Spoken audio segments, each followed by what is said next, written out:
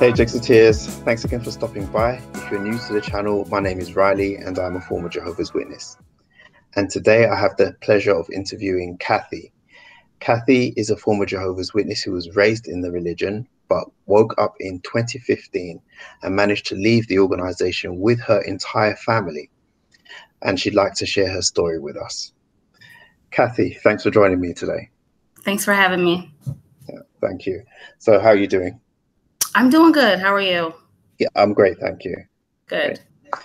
So we've been connected for a little while on Twitter, and I've been following your tweets for some time, and I found, I mean, every now and again you give little snippets of your history in the organization, and I found it really interesting. So I just thought it would be great to get you on to the channel to share your story. Okay. Tell me a little bit about your background, how you became a Jehovah's Witness. I mean, were you born into it, or were you converted through the ministry? Actually, I was born into it. My parents became witnesses in 1974. My mom came in first. My dad wasn't really interested, but he was so in love with my mom that he decided he was going to come in for her. So me and my siblings were all born in and raised in it. So what was your life like as a child, being a Jehovah's Witness? Actually, as a child, it wasn't too bad because we were in a congregation where there were a lot of young people. We happened to be there. The first couple of congregations, we moved around a lot, but by the time I became 9 or 10, we moved to an area up north, and it was a lot of young people, even in our neighborhood. It was known as Witness Neighborhood because almost every block there was a witness. So growing up, it wasn't as bad. We had lots of gatherings, lots of get-togethers. Our congregation was really good about having things for the young ones in the congregation. So we had a lot of picnics, a lot of go-aways and things of that nature. As far as the organizational part, I 100% fully believed it. It was not, I didn't feel like I was coerced into it. In my heart, I believed that Jehovah was real and the organization was real. So I absolutely was a 100% believer. Yeah, I can identify a lot with what you said, because the same is true of me. I mean, I was 100% a believer as well, right up into adulthood. And as far as my childhood goes, I mean, there were a few times where I felt, you know, like I was missing out, but it was never really a huge part of my experience. I mean, both my mother and the congregations that I was in as a young person made up for a lot of that, you know. Right. There was always activities for young people. So I didn't really feel that pull towards the world, right, so to speak, out of a sense of missing out. But that did change when I left school and started college when I was around 16. So what was that time period like for you? 16 was tough for me. I got baptized right after I turned 12. My birthday is in December. So, and the circuit assembly I got baptized at was in January. And I was always proud of that. But right in my Bible, you know, January 19th, 1991, the day I got baptized, but I had just turned 12. But by the time I got 16, there were things I wanted to do academically and athletically and creatively that I wasn't able to do. So I started questioning things. Like I said, the doctrine I never questioned, but I didn't like that I couldn't go to school. I couldn't pursue the things I loved to do. And I didn't understand why I had to do those things.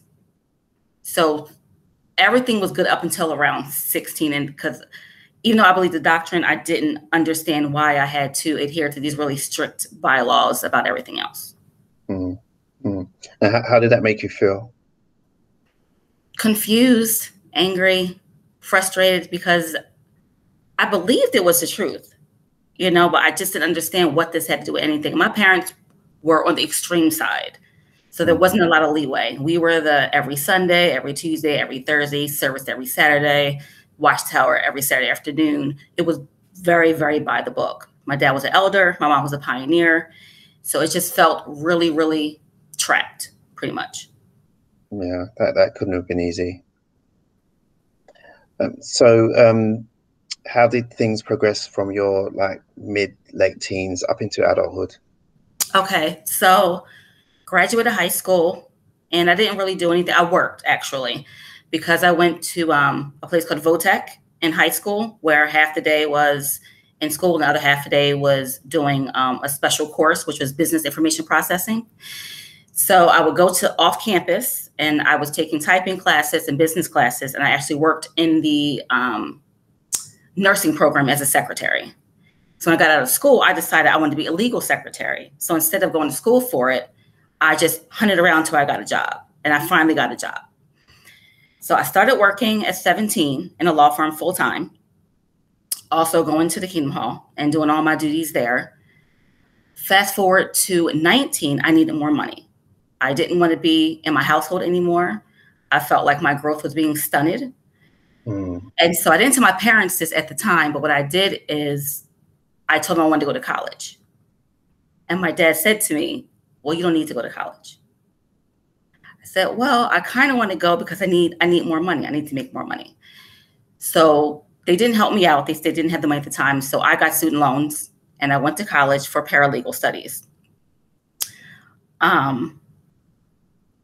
Let's see.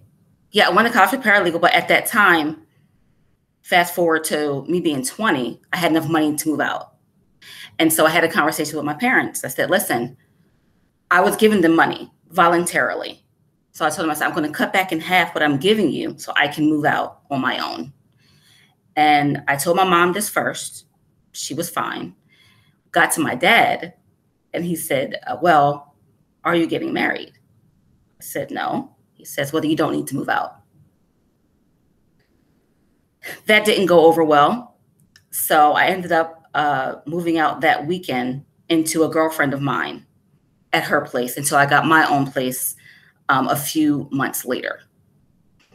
At that time, I did have a period of where I didn't go to the hall. I was inactive, lived my life, being worldly, if you will, for a couple of years. So that's pretty much how my late teens, early 20s went. So you're married? Yes. And you married another Jehovah's Witness? Yes. Yeah. So how did that happen? How did you meet him? Okay, so my girlfriend at the time, she was from where I'm from, and she moved here to Georgia. And she married a man that was best friends with my now husband. So they wanted to hook us up because they thought we'd be a good match together. So we fought it, and we said, okay, we'll go ahead and meet up. We met up, hit it off, and that's how we ended up getting married. That's how I met him, through her. Right. So was this during the time when you were inactive, or had you started going back to the meetings at this time? Good question. No, I had started going back to the meetings at this time. I felt guilty about being out. I hadn't done any research. I was just living my life. So of course that guilt came back in. I don't want to die at Armageddon. Jehovah's going to kill me. My parents going to be so disappointed. I need to come back. So I came back after a couple of years and actually started pioneering once I got back. And so I met him during that time period. Wow. So you'd made some strides spiritually then, if you managed to get to the point where you're actually pioneering. Yes, managed to turn it around. Yeah. And I thought that at that time, I thought that saved my life. I remember being on the phone with my dad, like, Satan's trying to get me. He's trying to take me down. He got me on the ropes, and my dad's like, well, you're doing the right thing. You're pioneering. And I met him during that time period. Was your husband also born into the organization? He was also born in. We had some struggles to get married, not to get married, but on my end, not on his end, because he was a regular publisher. He wasn't a ministerial servant or elder. And being that I was a pioneer, my dad, my mom, my grandma were all pioneers. My dad was also an elder. He was also a secretary. So they were not happy that I was not marrying someone of status. But what I said to them was, well, you know what? He loves Jehovah. He loves me. That's all that matters. And so that is how that went. So when did it all start to go wrong or go right, depending on how you look at it? Well, let's see. I started having a lot of questions in 2007. That's when my mom and my grandma both passed that year, 2007. And people were saying, oh, you know, they're in Jehovah's saying, I don't want to hear about Jehovah right now. You know, my mom's gone, my grandmom's gone. My mom died in February, my grandma died in December. I'm like, I don't want to hear about this. None of this is helping me or giving me any solace. So I stuffed it down. You know, I said to myself, I've got to get to the other side to see her. I put those doubts away to make sure I saw her in paradise. Mm-hmm. But things really started going down when I had my second son. We had relocated to a different city and we didn't really know anybody. And so I had a lot of time to just sit and think. I wasn't, calling in. I wasn't calling into the meetings. I wasn't going to the meetings because I was a stay-at-home mom at this point. I had stopped working at this point. And they were coming up on school age. And I'm like, I don't know if I want them to go through what I went through, you know, with the strict routine, not having holidays. Even though I didn't feel like I missed it, I still knew it wasn't something I liked. So that's pretty much when things started to unravel for me. How did you take that further? Did you start doing research, or was it just a matter of that you didn't feel that the witness lifestyle was really a good fit for you and your family? Both. Right. I was feeling guilty about waking my babies up at 7 o'clock to go to the Kingdom Hall when they were taking a nap. I felt guilty about them crying in the back of the Kingdom Hall at 9:30. And people asking me, oh, what's wrong with them? Like, well, they're babies if they want to go to sleep. So it was, those things were happening. I was having a mental breakdown at the time. I didn't know it, but I know it now. I was losing it. I think it was a cognitive dissonance because I was having a lot of negative thoughts about the organization and spending my life with them in paradise. I'm like, I just don't want any of this. So I made that decision, you know, that fateful, shaky decision to get on the laptop and just start researching. And once I started, everything just unraveled. And what was that experience like for you? Because certainly for me, the very first time that I, you know, gave myself permission to research the organization, I had a full-on anxiety attack. I mean, like heart palpitations, sweating, hand shaking. And from what I've, you know, heard through speaking to a lot of former witnesses, that's a common thing. Did you experience something similar? I experienced all of that, every single thing. I was scared to death. You know, we're taught to be scared. So I'm like, what am I going to find out? You know, when I found that the first, doctrinally, I didn't really have the issue. You know, I was more emotionally connected to the congregation, to the religion. So when the first thing I saw was United Nations, that was the first thing I came across on GW Facts. And once I went and cross-referenced it, I was like, oh my goodness, the bubble popped just like that. All it takes is one lie. Yeah. And then everything starts to unravel. Yeah. And then I just started I'm sure I've heard before everyone else, just YouTube video after YouTube video, GW Facts breaking it all down, and the rest is history, I guess you could say. So what channels did you watch while you were watching the ExJW videos? At that time, I came across Kim and Mikey, Cora, and I can't forget her husband. Remember her company? Mark. Thank you, Mark and Cora. ExJW, Critical Thinker, JT, and Lady C. John Cedars, of course, came across him. Those are my initial videos. Oh, there's another one. Marcus Vaughn, the ex-Bethel. Him. And so just taking all the information from those videos, and I have a binder that's like this thick, full of notes. Wow. Because I had to remind myself of why I was leaving, because I was very, very, very emotionally connected. And so I said, I need to remind myself of why I'm leaving. So I'm a researcher by nature, which is kind of ironic that I went to college and didn't research my religion. But so I just had all those facts written down. And yeah. Then I had to bring it to my husband. That was the difficult part. when I was first started doing research, I came across so many. Actually, initially, the things that I was finding out were more about debunking the doctrine and showing that it's not the truth. But Right. every now and again, I would come across something that absolutely shocked me to the core. Was there anything like that for you? Two things, actually. That Jesus wasn't our mediator. I was completely floored at that because I thought that absolutely true. The cult factor shocked me because when I woke up, I didn't recognize it as a cult yet. I just knew that the doctrines weren't right. As I got into the research a little deeper and I saw the bite model from Steve, is it Hassan, yeah. Hassan. I said, oh my gosh, we were in a cult. And that was a whole nother level of denial and disbelief and anger and anxiety and grief, you know, because it's not even anything about God at all. It's just some men trying to control you. So that was also shocking to me. Yeah, absolutely. I mean, the things that I found most shocking were Rutherford's letter to Hitler. When I found out about that, I literally cried for 2 days straight. Wow. I cried for 2 days straight because I was like, the witnesses are always throwing punches at the Catholics, all manner of things. Right. But one of the biggest things is the fact that, you know, their relationship with the German government during World War II. Right.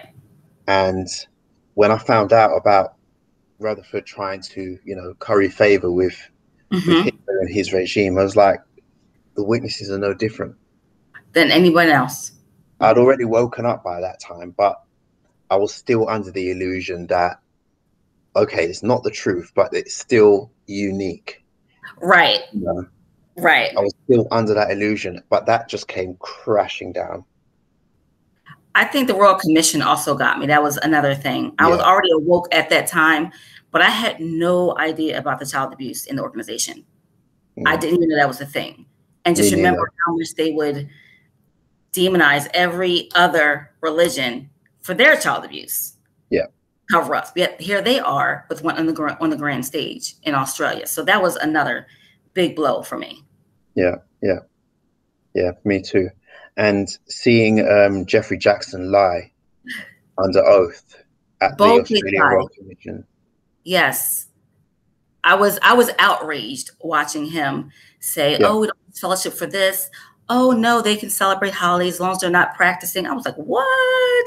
That's not true at all. And when he said, oh, that would be presumptuous to say that we're the only spokesman, that I nearly fell off my chair. It was like, what religion are you talking about? Because it's not the one I was raised in. Right. That's exactly what you all say. Exactly. Outrightly, that's what they say. Yep. You know, so you are either lying to the commission or lying to us. Either way, you're a liar. Yeah. Theocratic warfare, as they call it. Exactly. But that was extremely shocking to me. Did you ever research the reason why the witnesses stopped charging for the literature? No, I did not. Oh, goodness me. That's a whole nother kind of worms. I'm gonna have to research that now. Yeah. I remember when they stopped, and I think they capped off at 50 cents for the magazines. And I remember when they stopped, but I never researched why they stopped. I'll let you find it out yourself, but just briefly, it's to do with a lawsuit between Jimmy Swaggart. Do you remember Jimmy Swaggart, that televangelist? Yes. It was to do with a lawsuit between him and the state of Florida. Okay. Yeah, it's got to do that. Well, I won't give you any more spoilers. But no spoilers. Okay. Okay. Yeah. So after you've done your research, and you thoroughly debunked the religion, and you realize now that this wasn't the truth, and then later on you had another realization that you were actually in a cult. Yes. How did you decide to to plan your exit from the organization? I'll be honest and say I didn't really have a plan. I'll be honest, I did not have a plan. I'm one of those people where if something's wrong, I'm out. Yeah. And I'll worry about it later. Right. And that's pretty much what happened. Like I said, my husband was ecstatic. I kind of baby fed, because at this point I had convinced him it was the best thing to do. And he was going on like he was all into religion. He had me fooled, but he was doing it for me. So he was going on, and he was getting up before me to get ready for the meetings. He was, you know, commenting and everything like that. And one day I just said, if you could leave with all your friends intact, would you leave? He was like, yeah, I'd leave. At this point, I was watching videos. When he come home, I would shut them down because I didn't know where his head was at yet, you know? And then one day I said, I just got to tell you, babe, I don't believe this is the truth. I just don't believe it. And he was like, what? You? Because I was so devout. It was a shock to even him. I had even him fooled that I was having doubts. So the plan was we were going to fade. That was the plan. That lasted literally one assembly and one meeting. Wow. Because we didn't want my 3-year-old was very intuitive at the time. He was already knowing birthdays are bad, you know, Christmas is bad, all that kind of stuff. So we wanted to get him out and deprogram him as fast as possible. So we decided we didn't want to expose him to any more of the meetings. So I remember we were in the meeting, it was a Sunday, and we left. And we got in the car. It was a really quiet walk to the car. And I looked over at him and I said, we're not coming back, are we? He was like, no. And that was it. And we were done. So this was 2015. So the assembly, you said one meeting, one assembly. Was the assembly the convention? The assembly was a convention, the summer convention. Right. It was the 2015 convention. Was that the Be Courageous one? Yes. Videos. I believe it was the Be Courageous. I'm not positive because I like kind of block all that stuff out, but I think it was. And we only went because, ironically, I was ready to be done with it. But he said, well, my mom's going to be there. My sister's going to be there. All our friends are going to be there. I don't want to just up and leave right now. Let's just kind of try to fade out. I was like, yo, I'm ready to go. And he was like, well, let's just go ahead and fade out. So we didn't wear our badges. Our kids didn't wear suits. So we were kind of making like an informal statement that we were done. What was it like after, you know, leaving the Kingdom Hall for the very last time? It was weird. You know, it was scary.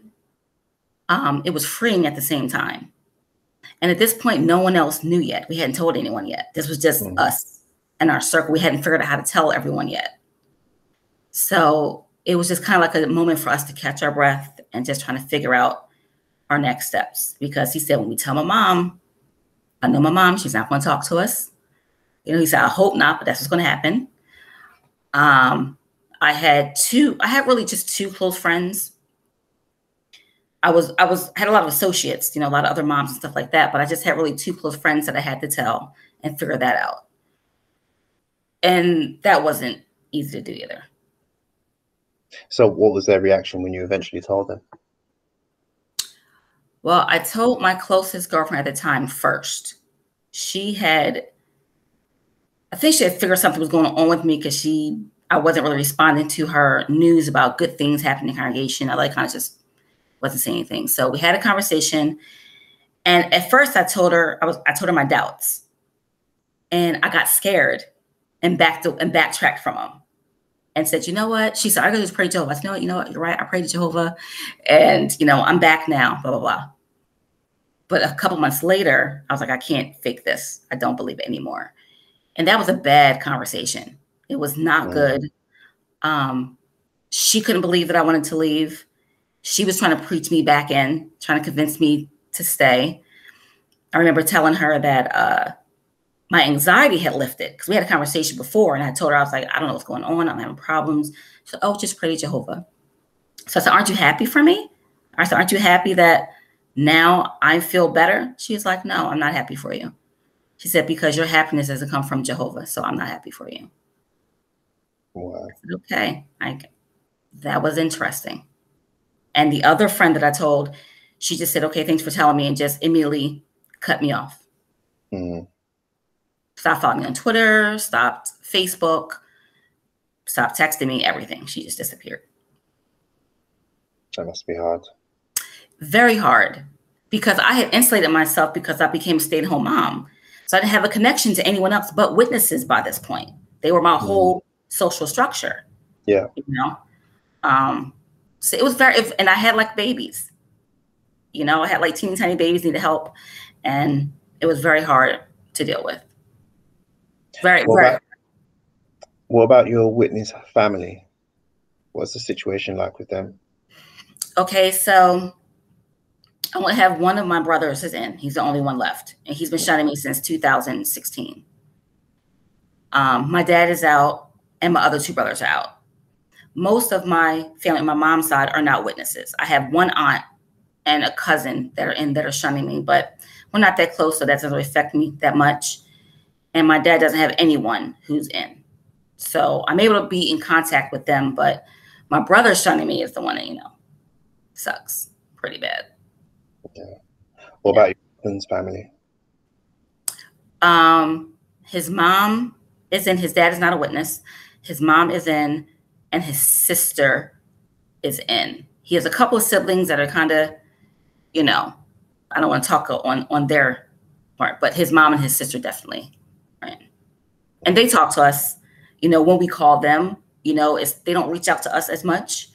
But if we call them, they'll talk to us, you know, we'll go hang out and stuff like that.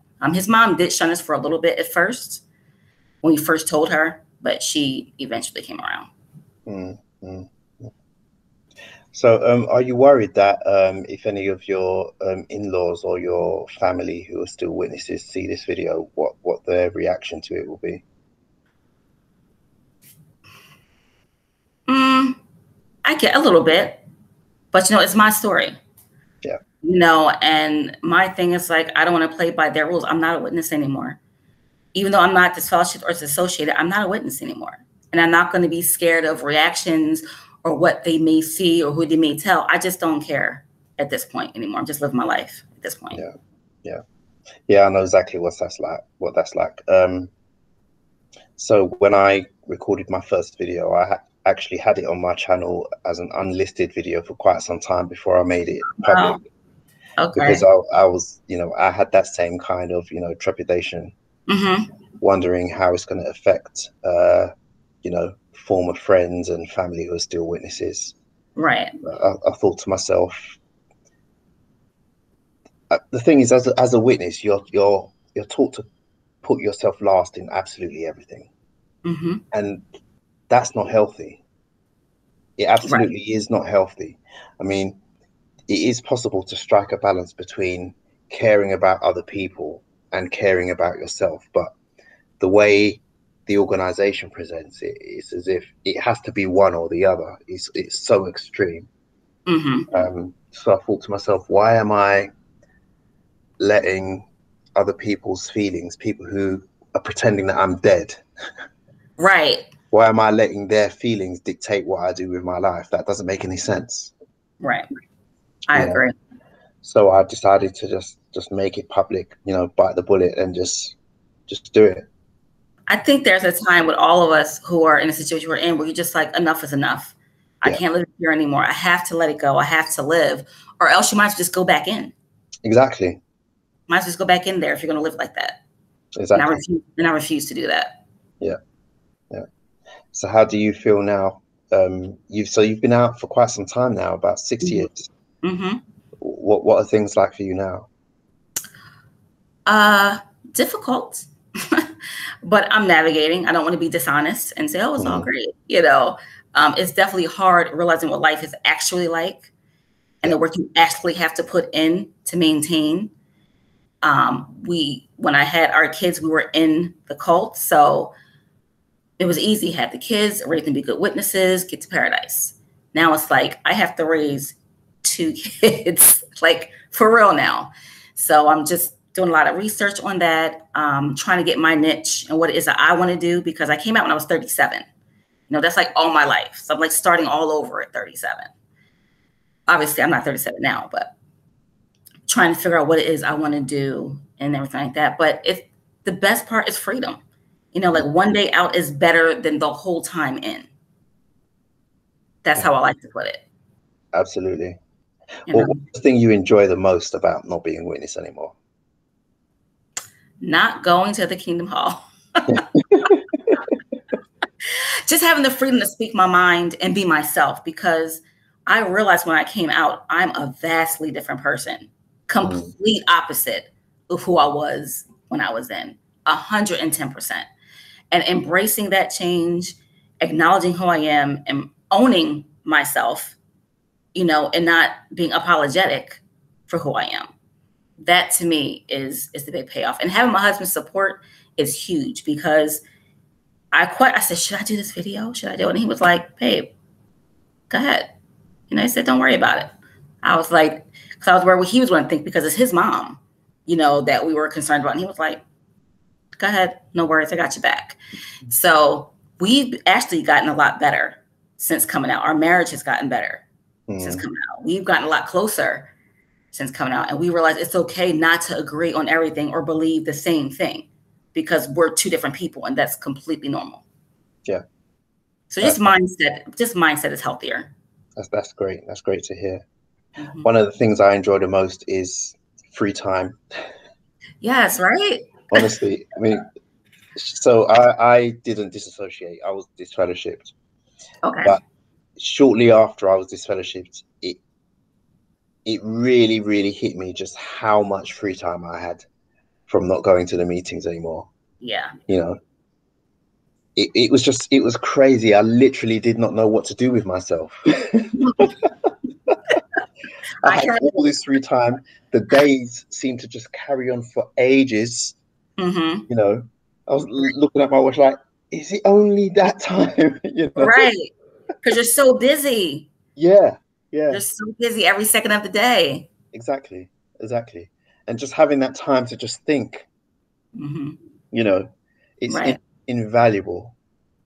It's absolutely invaluable. And I think that's why I'm so grateful. I'm grateful for my kids in general, but to me, they woke me up. You know, they literally woke me up. It started with my husband, because he wasn't a real witnessy guy, which I loved, because I was like, I don't want to marry a witnessy guy. No, thank you. So the fact that he was kind of like whatever about it, okay, I'll go with that. That works. Yeah. So we have that, and then have my kids not be sure if I want them to be raised in it. It's just like the perfect storm to wake up, you know. And I asked my dad, I said, why didn't you tell me when I came out? And I called him and told him, I said, hey, I don't believe this anymore. He said, well, you're a smart girl. I knew you'd figure it out eventually. Wow. That's what I said. I was like, oh, okay. And my brother and they were like, we're just waiting for you to come out. We knew it was coming eventually. So to me, that meant that felt good.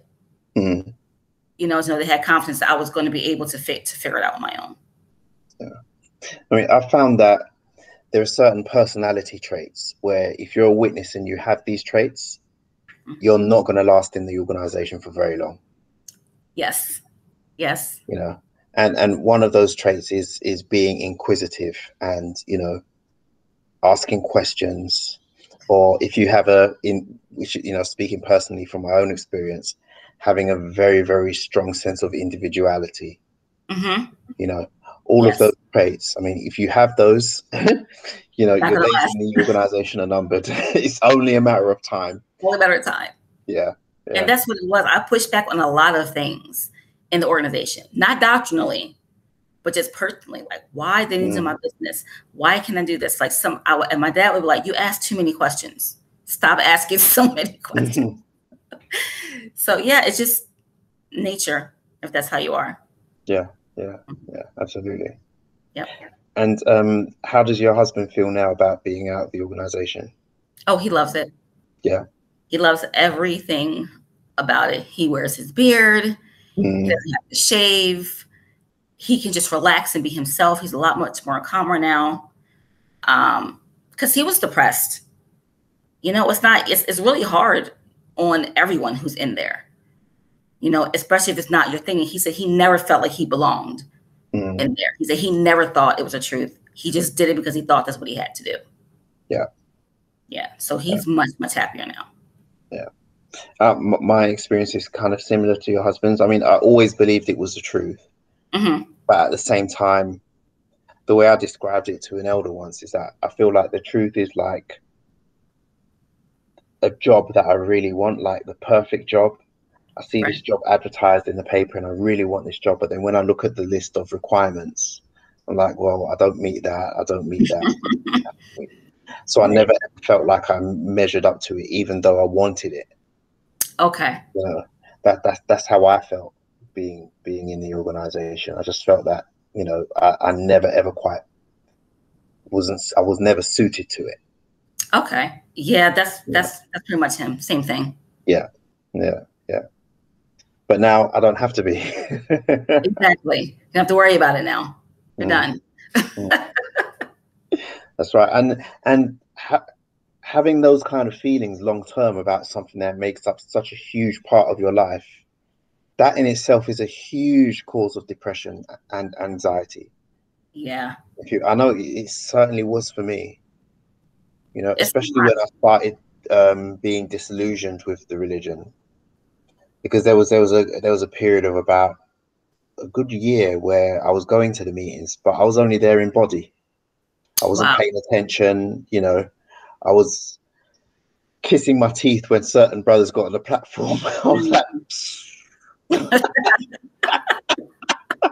I got caught doing that out loud a couple of times, and I didn't even realize I was doing it. You know, No. I was doing it unconsciously. You know, so that's where my head was at. And goodness me, I was so depressed. I was so depressed throughout that whole time. Man, I'm so sorry you had to go through that. And it's just like such a common thing. Ugh. It's so common. That's the thing. So common. I think, you know, the saying that it has to get worse before it gets better. I think it takes going through something like that to finally pull you out. You know, you get to a point where it's make or break.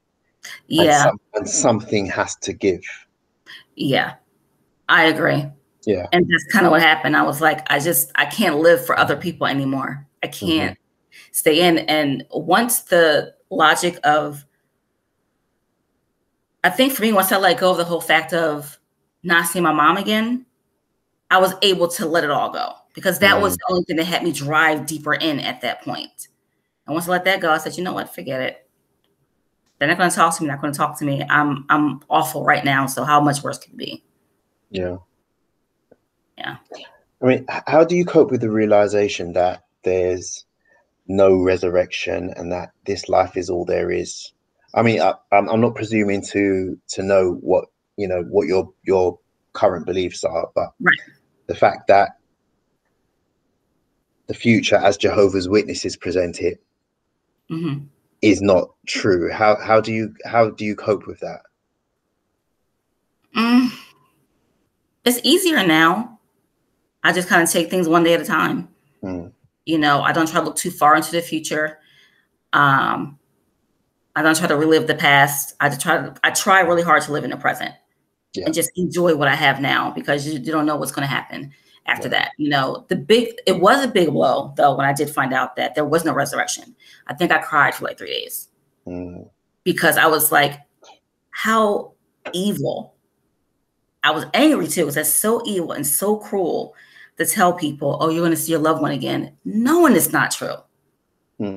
Knowing it's not true and duping everybody into this service by doing that. Yeah. You know, but no, now I'm just like, it is what it is. This is life, one day at a time. I don't look too far beyond it anymore. I think that's a really good attitude to have. That's something that my girlfriend says to me a lot. That because I even up till now, I still struggle with, you know, the realization that I'm not going to live forever. You know. Yeah, that's a hard one. You know, this sense of my own mortality that I have now. That, I mean, I came out of the organization when I was 42. Oh, wow. So okay. I never ever contemplated growing old. Right. You know, it's just something, and dying. It's just something that's never occurred to me. But people who aren't brought up in this in this cult, Yeah, they have their whole life to get used to the idea that one day they won't be here anymore. exactly. We don't have that luxury. We don't. We don't have that at all. And Mm-mm. I still struggle with that. And you know, it takes up quite a large part of my life. I mean, like I've always been into like fitness. I started Okay. bodybuilding when I was 15. And Okay. in a very short space of time, I was just huge. Okay. Not so much now, but I'm still into health and fitness. But that realization that there's no resurrection, that one day I will die, that's even changed the way that I exercise, you know, Yeah. because it's Yeah. like I'm trying to hold onto my youth as long as I possibly can. Right. You know? Understandably. Understandably so. I mean, it Yeah. was hard for me at first, but since I have been removed for, a little bit longer, I think Richie came out last year, Uh, 2020 or I came 19. out in 2019. 2019. So for me, it's been like 6 years or so. So I had those moments that you're having. I've had those where I'm Yeah. like, oh my God, I'm going to die. Yeah. At some point, it's over. What Yeah. am I going to do? And then like that dread, I can't explain the dread. I'm sure you know it just like washes over you. Mm. And then eventually I just started to let it go, and I did start taking better care of myself because I was not taking care of myself. Because I'm like, well, you know what? It'll be here any minute. Armageddon will be here, so I can just chill, not Yeah. take care of myself, just do everything for the congregation. And once I came out, got myself together, try to get my health where it should be, because they don't teach you to take care of yourself in there either. No. They don't No. care. As long No. as you're a body in the seat, giving them Yeah. money, they're happy. That's Yeah. all they care about. Exactly. And in the new system, you're gonna have a perfect body anyway. So why go to the gym Right. now? Exactly. In Exactly. fact, I was counseled from the platform about how much time I spent working out. Kind of Really? like, yeah, like low key counsel from the platform by a circuit overseer. Wow. So there was a couple of elders in the congregation when I was about 17, 18, while I was still bodybuilding. There was a couple of elders in the congregation who were concerned about how much time I spent working out. So when the circuit overseer came, I'm certain they had a word with him, and his last talk was about Samson. Oh my goodness. Unbelievable. And he was saying how strong Samson was and all the feats of strength he performed. And he said, but in the end, he lost Jehovah's favor. You know why? And then he stared directly at me and he said, because salvation doesn't depend on your physique. Oh my goodness. And he was looking directly at me, speaking directly at me from the platform saying this. Bold. Yeah, yeah. But realizing that we're not, gonna live forever, that there is no hope of everlasting life. Mm-hmm. As hard as it is to accept initially, it also presents an opportunity. It also means that you value the time that you have now Right. much, much more rather than deferring everything to this future time that is never going to happen. Right. Agree. Yeah, yeah, that's something that my girlfriend is always reminding me of. That make the most of what you have now. So, and it does work. That my life now is much more valuable to me. Right. Much more valuable to me. Do you feel a similar thing? I do, because it's my life now. It's not just a Mm, holding place to get to paradise. exactly. Before it's like, okay, we're just sitting here. This is the holding spot. Yeah. When we die, we get the real life. It's Yeah. like, no, this is the real life. This is all we get. Yeah. In this realm, in this body, this is all we have. So, dude, I mean, it's up to each individual what they want to do with it. But for me, I cherish every moment with my boys. I love just hugging and kissing on them. I love watching their eyes light up. Like, I can't imagine putting them through what we went through as far as being put out of classrooms during like holiday celebrations. Cruel, so just not living vicariously through them, but appreciating that they don't have to go through what I went through. Yeah. And that's it. They won't be indoctrinated. They have no memory of even being at the Kingdom Hall at this point in their lives. They're 9 and 7 now. So they have no recollection of it. Yeah. So definitely better. That's great. So that chain has been broken. That's, you know. Yes. Yes. That's good. Good. So thank you so much for sharing your experience with me today. I really do appreciate it. Thank you for having me. I appreciate it. Yeah, thank you. And I just wish you all the best for, you know, you and your family for the future. Thank you. Same to you. You and your girlfriend. I hope you guys do well. Thank you. And thank you, viewers, for watching. If you haven't already done so, please click the like button and subscribe to the channel with notifications so that you get notified of all my future videos. Please proceed to the Jexit in an orderly fashion, and I'll see you in the next one. Thank you so much for watching to the very end of the video. If you haven't already done so, please like, leave a comment and subscribe to the channel. If you like my work and want to help me continue doing it, please support me on Patreon at patreon.com/Jexit_2020.